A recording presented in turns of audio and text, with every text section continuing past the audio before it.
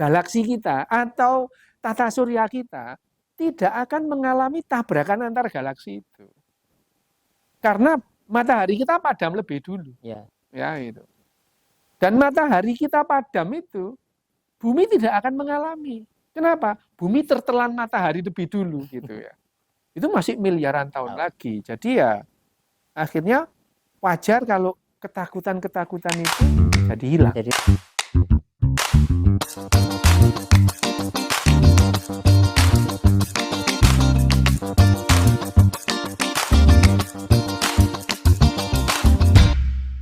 Halo, salam sehat, salam sejahtera, salam bahagia. Ketemu saya lagi Rio Hasan di sini. Tetap bersama Hangi, teman setia, dan tetap di acara Inside Our Brain.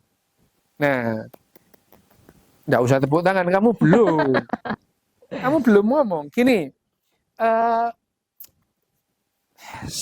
ya. Jadi dentuman besar itu melahirkan fisika, gitu ya. Ada masa, ruang, dan waktu menghasilkan fisika. Sekitar 300.000 tahun setelah terjadi dentuman besar, terbentuklah atom-atom dan molekul, ya, gitu. Maka lahirlah kimia, gitu, ya.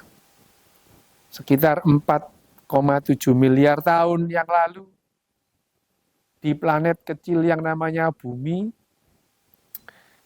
kimia itu menyusun molekul-molekul yang merupakan kehidupan awal yang disebut biologi. Nah, dalam kesempatan kali ini, gitu ya, saya ini kan sering mainan di X Twitter itu ya. Gitu. Nah, beberapa minggu yang lalu, sebentar, saya kenalkan dulu ada tamu kita ini. Nah, tamu kita ini adalah Toha, itu namanya Toha.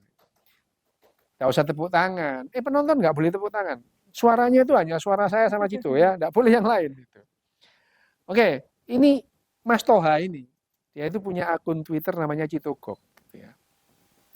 Nah, di akunnya Mas Cito ini, itu beberapa minggu yang lalu itu saya melihat dia ini mengumpulkan buku-buku nih, buku 3 menit terakhir, terus kemudian ada The Selfish Gene. Saya melihat juga ada bukunya Richard Dawkins yang lain. Gitu. Magic of Reality itu ya, The Magic of Reality. Dalam asumsi saya itu ya, Mas Cito ini sedang tertarik dengan yang namanya fisika-fisika, bukan fisika teori, tapi fisika populer. Gitu. Memang fisika teori, teori mekanika kuantum itu memang ya nggak usah lah dipelajari itu ya, kecuali memang orang yang berkecimpung di mekanika kuantum. Nah ini kita kenalan dulu dengan Mas Toha ini. Gitu. Mas Toha ini asalnya dari mana Mas? Dari Demak. Dari Demak, itu ya. Bukan keturunan Sultan Demak, tapi dari Demak. Nah, seperti tadi itu, dari dentuman besar yang melahirkan fisika, terus kemudian 300.000 tahun kemudian lahirnya yang namanya kimia. Ya, 4,7 miliar tahun yang lalu itu lahirlah biologi. Gitu. Terus kemudian lahirlah kebudayaan, lahirlah sejarah. Gitu. Saya berasumsi awalnya, nanti kita tanya ya, Mas Cito itu, Mas Toha, kerennya Cito, itu ya, yang maha single. Ini saya mau nanya ya, asumsi saya itu Mas Cito itu sedang berusaha memahami segala sesuatu itu berdasarkan hal yang paling dasar, berdasarkan fisika. Seperti dulu, saya awalnya biologi itu sesuatu yang terpisah dengan fisika dan kimia, ya Mas, itu. Tapi akhirnya saya memahami biologi itu adalah step-step atau lanjutan dari yang namanya fisika dan kimia. Saya mau nanya ini, Mas, sampean itu kok bisa tertarik sama buku-buku fisika populer tuh gimana ceritanya? Saya nggak tahu mulanya dari mana ya, Dok, ya. Kayak ngelihat dulu kan karena backgroundnya dari pesantren, terus informasinya kan jelas, Ya, langsung wajib sunnah, yes, kayak gitu-gitu. ya. Itu bagi saya jelas ya. Jelas. Bagi saya nggak jelas ya. Bagi saya jelas ya, karena sudah jadi. Oh iya. Jadi sudah benar-benar sudah gelondongan. Oh gelondongan. Ya. Ya. Ini emploen. Oke, ya. Terus semakin kesini bacaannya jadi lain. Kayak ngelihat buku 3 menit terakhir. Terus ya apa 3 menit terakhir? 3 menit terakhir. Ini ada bukunya Paul Davis. Ya, ini. Samen apa yang menarik dari 3 menit terakhir ini? Soalnya itu lebih singkat dari judulnya Mbak Ine Cynthia yang 5 menit lagi. Jadi itu lagu dangdut. Ya. Jadi menurutku, menurut saya lebih apa kok dikurangi 2 menit lagi Pak Paul ini. Oke. Itu sing sebentar. Ini buku 3 menit terakhir ini sudah sebetulnya ini adalah terjemahan dari buku aslinya karangan Paul Davis. Ini tulisan Paul Davis. Nanti aku bilang karangan, ada orang yang marah-marah lagi gara-gara ngarang gitu ya. Ini judul aslinya itu The Last 3 Minutes. Ini saya baca ini tahun 1995 karena buku ini ditulis oleh atau dicetak pertama kali tahun 1994 Paul Davis itu ya. 3 menit terakhir pada saat alam semesta ini berakhir gitu. Apa yang akan terjadi? Dia nggak ngomong kiamat, itu ngomong 3 menit terakhir gitu ya. Ini sudah ada ini cetakan bahasa Indonesianya, terbitan KPG nih. Bukan iklan loh ya, saya cuma ngomong ini terbitan KPG gitu. Ini 3 menit. Nah, sampai setelah memahami 3 menit terakhirnya membaca bukunya Paul Davis 3 menit terakhir itu, gambaran sampean tentang akhir dari alam semesta ini gimana? Dari buku itu akhirnya dikelompokkan.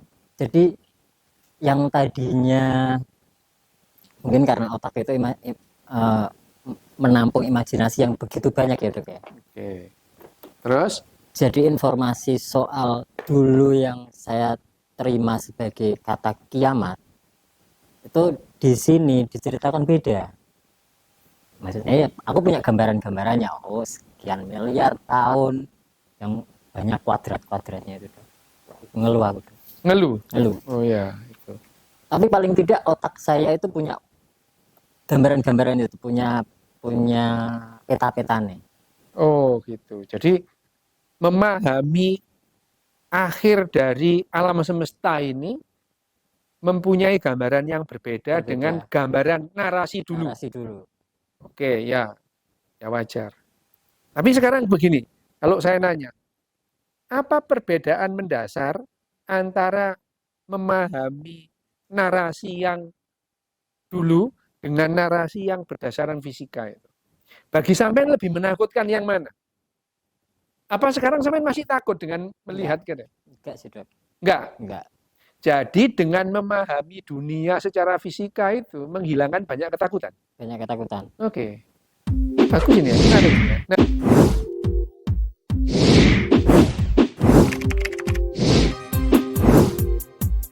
faktanya, Dok. Apa? Wujud otak manusia itu bentuknya kayak gini semua. Oh iya, jadi wujud otak manusia itu. Nah, ini adalah bagaimana Mas Cito mencoba memahami biologi itu. Nah, sekarang apakah bentuk otak manusia itu begini semua?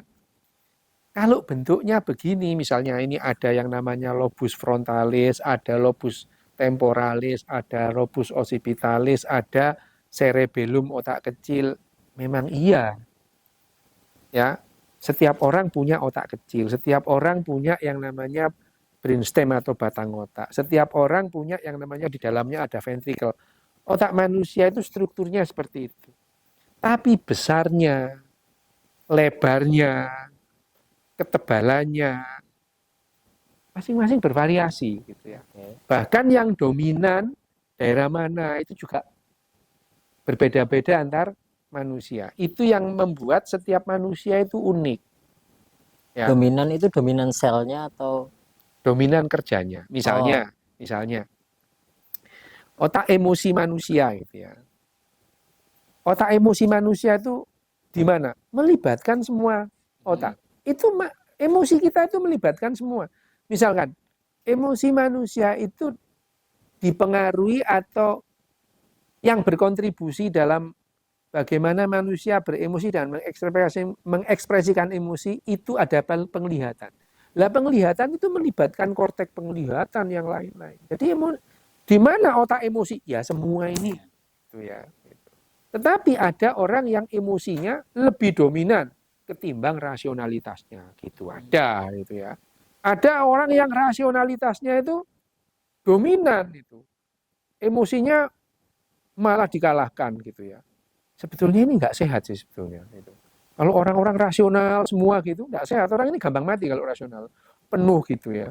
Jadi yang disebut berkali-kali kita diskusi itu yang namanya kecerdasan emosi itu bukan orang nggak boleh beremosi, tapi bagaimana emosi kita tidak terlalu sering membajak rasionalitas. Nah kalau pertanyaannya adalah apakah bentuknya otak manusia itu seperti ini? Pada umumnya bagian-bagiannya iya, tapi ada yang lebih besar, ada yang lebih kecil itu. Variasinya luas gitu. Bahkan ada orang yang autis kayak saya ini, ya ini adalah replikasi dari otak saya sebetulnya. Ini adalah replikasi. Ini replikasi dari otak saya. Tentu setiap orang tentu beda, mungkin amigdalanya lebih gede, ada yang ventrikelnya lebih kecil, tapi ada range di mana yang namanya ventrikel itu disebut normal. Kalau ventrikelnya membesar, itu namanya hidrosefalus, itu memberikan gangguan. Tapi setiap orang ada ventrikel lateralisnya, ada batang otaknya. Dan perbedaan-perbedaan itu berpengaruh terhadap orangnya secara langsung enggak? Oh iya, iya benar. Bahwa perbedaan susunan korteks itu memberikan konsekuensi.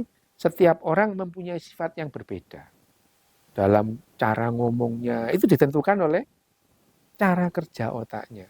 Meskipun cara kerja otak itu keterampilan, bisa dilatih. Orang yang nggak sopan seperti saya itu karena latihan sekarang rodok sopan loh gitu ya. Itu karena latihan. Dulu saya sangat sama sekali saya itu tidak kenal sopan santun. Tapi sekarang lumayan loh gitu. Karena latihan. Tentu saja struktur otak saya berbeda dengan struktur otak orang yang dari kecil tuh sopan gitu ya. Pinter lah sopan santun gitu itu.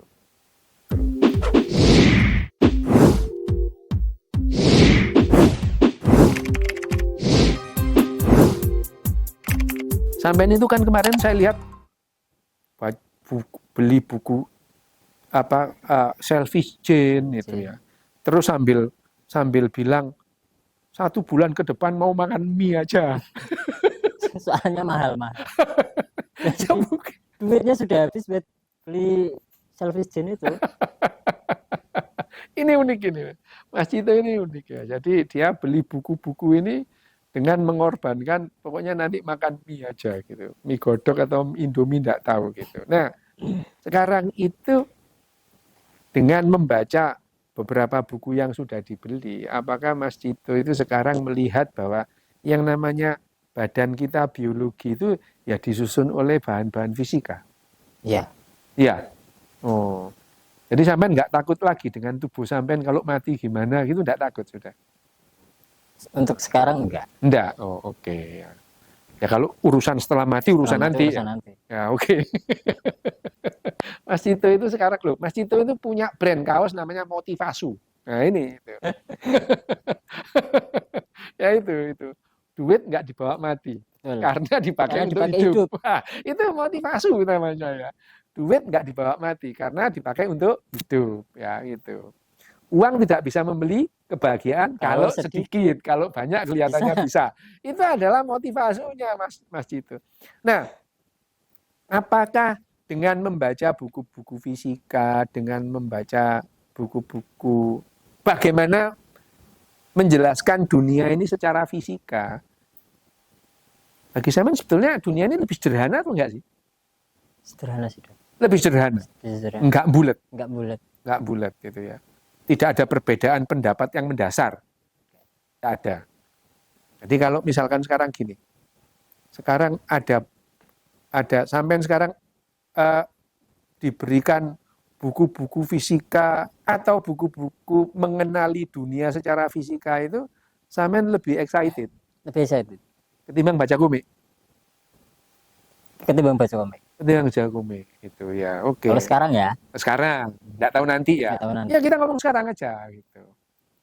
Nah, di antara buku-buku ini, antara buku 3 menit terakhir. Nah, pertama saya lihat, saya membaca Dunia Menurut Fisika gitu ya. Di antara buku-buku ini, bagi saya yang paling menarik yang mana? Yang sudah sampean baca itu? Yang sudah paling menarik yang ini, karena Dunia Menurut Fisika karena lebih kompleks, lebih banyak yang dibahas. Sementara yang 3 menit terakhir ini ya soal meledosnya aja. Nah, ya oke. Ini adalah soal ketertarikan otak kita terhadap segala sesuatu. Tentu saja yang namanya Mas Cito itu berbeda dengan saya misalnya. Kalau saya itu tertarik pada semuanya. Buku ramalan aja saya baca. Gitu ya. Iya, Dok. Iya, ramalan. Gitu. Dulu itu kan ada orang yang mengatakan Jongko Joyoboyo itu ramalan. Ternyata setelah saya baca, ini bukan ramalan ini. Tapi ini kelihatannya penulis itu protes sama keadaan aja. Penulisnya itu protes sama keadaan. Nah, tentu saja point of view ya, sudut pandang setiap orang terhadap yang dibaca itu berbeda-beda. Banyak orang yang mengatakan Jongko Joyoboyo itu ramalan. Bagi saya setelah baca semua, ini penulisnya sedang protes saja sama keadaan gitu ya. Nah, seperti sampean melihat, Mas Tito itu melihat bahwa yang namanya 3 menit terakhirnya Paul Davies ini, meledosnya itu ya akhir dari alam semesta itu. Bagi saya, ini lompatan ke alam semesta berikutnya gitu. Ya, itu. Karena apa loh? Bacanya berbeda. Jadi ya selera atau keinginan seseorang untuk membaca atau ingin mengetahui segala sesuatu itu ya tentu beda-beda itu. Dan bisa berubah nggak sih, Dok? Berubah lah. Gitu. Masih terbaharui ya. Contoh lah ya, contoh. Sekarang kalau saya nanya, Mas Cito dulu, nggak usah jauh-jauh, 4 tahun yang lalu, perhatian nggak sama buku-buku begini? Enggak, gitu ya. Enggak, gitu. Enggak. Tapi sekarang begitu mengenali, bahkan saya melihat dunia pun dengan cara yang berbeda. Itu dia yang mengatakan bahwa yang kita lihat ini setiap saat itu berubah. Itu yang namanya plastisitas otak kita itu. Ya. Plastisitas otak kita. Otak kita itu plastis itu bukan berarti setiap hari berubah dalam bentuk fisiknya. Sekarang itu misalkan ada 100 miliar sel, bulan depan jadi 110 miliar, bulannya depan lagi. Bukan begitu. Bahwa yang namanya plastisitas otak kita itu atau otak kita itu selalu menyusun sambungan-sambungan baru antar neuron itu dalam artian menghasilkan sesuatu yang baru. Contoh ya, Mas Cito sekarang dengan Mas Cito nanti keluar dari ruangan ini, itu adalah Mas Cito yang berbeda otaknya. Memahami segala sesuatunya ada tambahan. Jadi otaknya itu reforming itu dalam hal ini. Bukannya seperti kalau sekarang itu, nah dalam penjelasan itu banyak yang hiperbola gitu ya. Hiperbola bahwa otak kita itu reforming selalu membentuk sesuatu yang baru. Ya bukan hal fisiknya, tapi meme-nya, pemahamannya, cara memandang dunia itu berbeda gitu ya. Sampai loh pulang pengajian aja beda kok gitu ya. Ya, jadi plastisitas orang itu beda. Itu yang disebut plastisitas dari otak. Tapi bukan berarti plastisitas otak itu terus otak itu tumbuh lagi, terus kemudian ada sel neuron baru. Enggak gitu ya. Pemahamannya, kognisinya itu berbeda. Itu adalah plastisitas. Nah, seperti sekarang bahwa yang namanya plastisitas otaknya, contohnya otaknya Mas Cito ini sendiri itu memahami dunia dengan cara berbeda. Jadi nggak takut misalnya ya. ketakutannya itu banyak yang direduksi dengan memahami dunia secara fisika, bahwa hantu itu adalah hasil imajinasi kita. Jadi nggak takut genderuwo gitu ya itu. Dulu itu kan genderuwo itu makan banyak. Ada suster gepeng, suster ngesot. Mungkin sebentar lagi ada hantu mandor tambang misalnya. Misalnya gitu ya itu.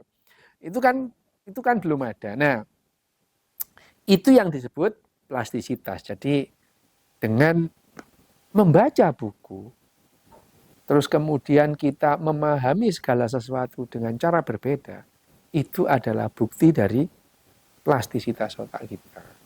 Gitu. Sama ada pertanyaan nggak? Sekarang saya tak tanya, ada pertanyaan nggak? Enak dok. Apa? Ada.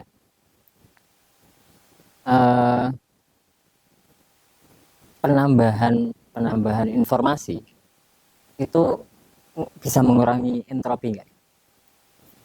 Loh, bayangin aja loh. Ini loh, lulusan pesantren ngomong entropi gitu ya. Ya, gini, entropi itu adalah satuan kekacauan gitu ya. Bahwa alam semesta ini menuju kekacauan. Alam semesta ini menuju kekacauan. Yang namanya entropi. Itu udah jelas itu. Menuju ketidakteraturan. Nah, bahwa yang namanya entropi itu bisa diturunkan kalau sistem itu dijadikan sistem terbuka dan bisa menyerap energi. Ya. Kalau sistem tertutup, entropi itu berlangsung terus gitu. Tapi kalau sistem itu terbuka, itu kalau ada energi masuk, itu entropi itu bisa turun. Gampangnya contohnya gini. Kalau sampean nonton di kamar sendirian, MU melawan Chelsea gitu ya. Itu. Ini dalam waktu beberapa saat spraymu ini acak-acakan. Betul. Ya. Dan untuk merapikan ini diperlukan energi. Tutup, dibersihkan, teratur lagi. Teratur lagi.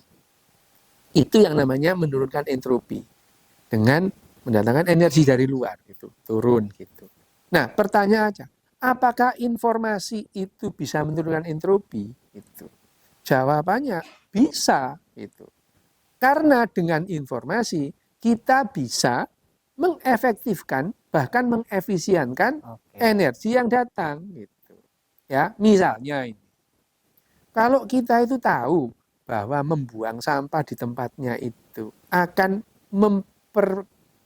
memperkecil entropi gitu ya. Itu kan informasi ya.